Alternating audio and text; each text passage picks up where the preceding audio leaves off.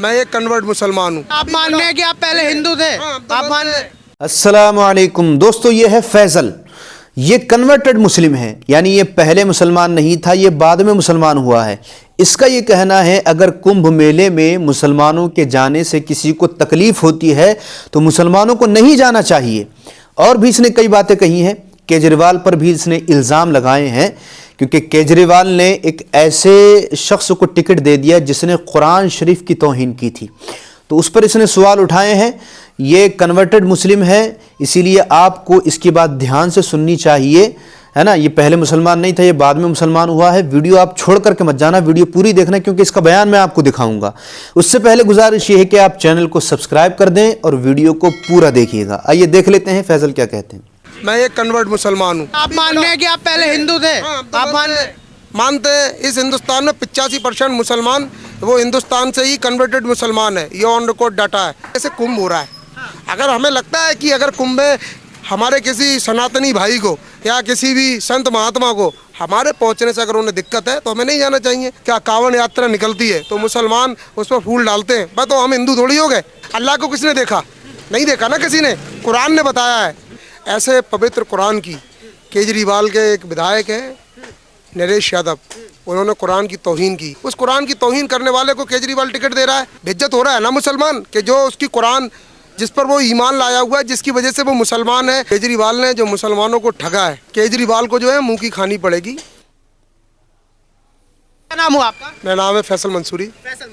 फैसल भाई, क्या मानते हैं कि इस बार क्या नतीजे होने वाले हैं? 3 पार्टियां मैदान में हैं, बड़े बड़े वायदे आ चुके हैं सबके, आपकी क्या राय है? देखिए, हमारी राय ये है कि हम मुस्लिम हैं तो मुस्लिम मुद्दों पर बात करते हैं।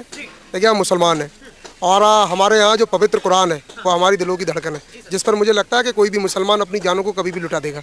ऐसे पवित्र कुरान की केजरीवाल के एक विधायक है नरेश यादव, उन्होंने कुरान की तौहीन की मालेर कोटला में पंजाब के अंदर। केजरीवाल ने उसको छुपाए रखा। उसके बाद में हमारे एक अशरफ साहब हैं, वो कोर्ट गए, कोर्ट ने उसको दोषी करार दिया। 2 साल की सज़ा हुई और 11,000 रुपये का उस पर जुर्माना लगा। उसके बावजूद भी केजरीवाल उस मलाऊन को टिकट देता है। उसके बाद में हमारे जैसे बहुत सारे मुसलमान रोडों पर आते हैं और उसके खिलाफ प्रदर्शन करते हैं। उसके बावजूद भी उसका टिकट नहीं काटा। मुसलमान को सरेआम बेइज्जत करने का काम कर रहे हैं। बेइज्जत हो रहा है ना मुसलमान, कि जो उसकी कुरान जिस पर वो ईमान लाया हुआ है, जिसकी वजह से वो मुसलमान है। अल्लाह को किसने देखा?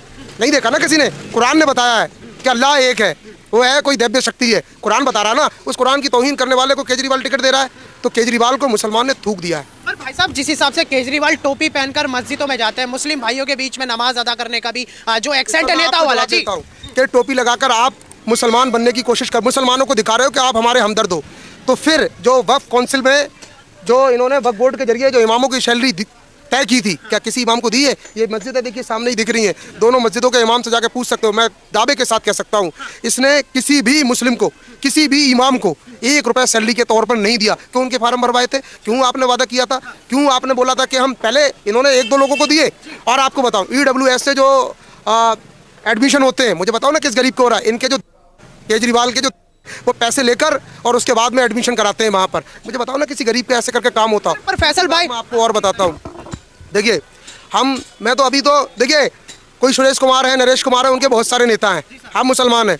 हमारी हमदर्दी पर आप आए हो ना, हमारी हमदर्दी पर वोट ले रहे हो, हमारे काम भी करने पड़ेंगे। मुसलमानों के तो रहनुमा बन के बैठे रहते हैं, कहते हैं कि मुसलमान हमारे साथ, केजरीवाल ऐसा बोल रहे हैं। भाई, इस बार केजरीवाल को जो है मुंह की खानी पड़ेगी, क्योंकि केजरीवाल ने जो मुसलमानों को ठगा है। आप देखिए ना, देखिए, मैं तो बिल्कुल स्पष्ट बात करता हूँ। दिल्ली की जनता जो है ना, वो पढ़ी लिखी है।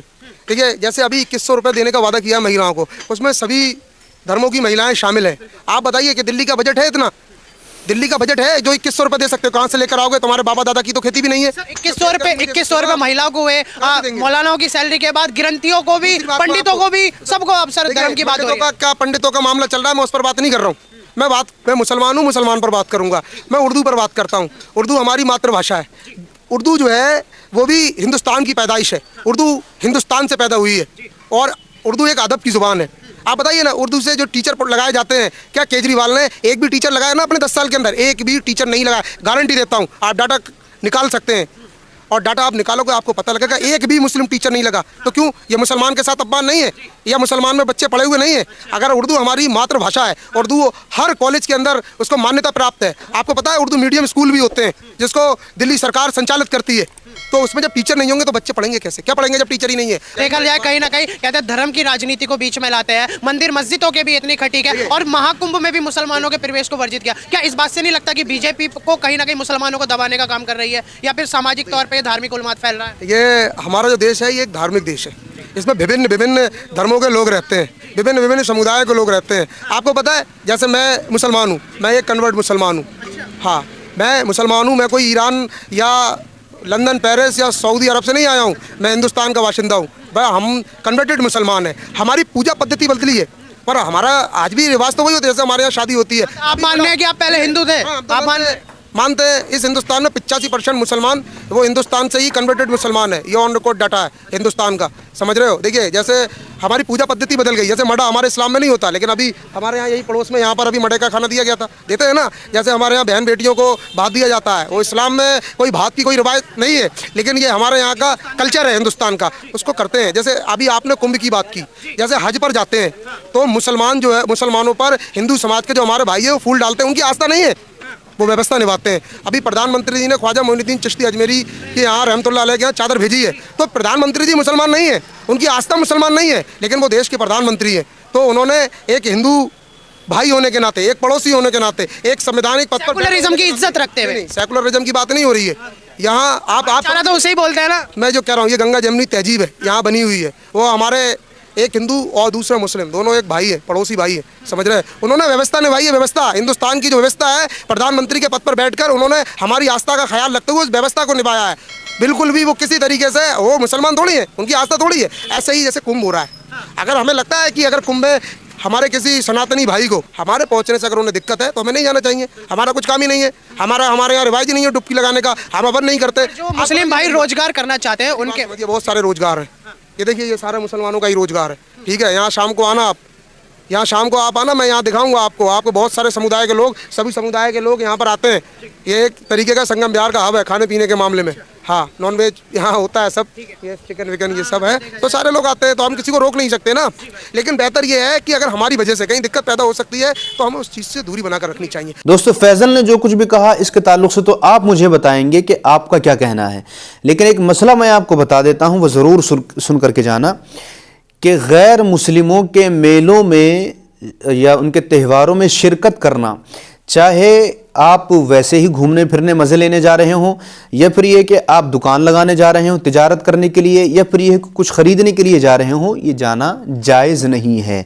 क्योंकि आपके जाने से ज़ाहिर सी बात है कि उनके मेलों की और त्योहारों की रौनक बढ़ती है, तो किसी भी तरह से जाना जायज़ नहीं है, बचना चाहिए। ये है शरीयत का मसला जो मैंने आपको बता दिया। बाकी इस वीडियो के ताल्लुक से आपका क्या कहना है, कमेंट सेक्शन खुला हुआ है, आप कमेंट ज़रूर करना, वीडियो को लाइक करके आगे शेयर कर देना और चैनल को सब्सक्राइब कर देना। फिर मिलते हैं एक नई अपडेट के साथ। अस्सलामु अलैकुम।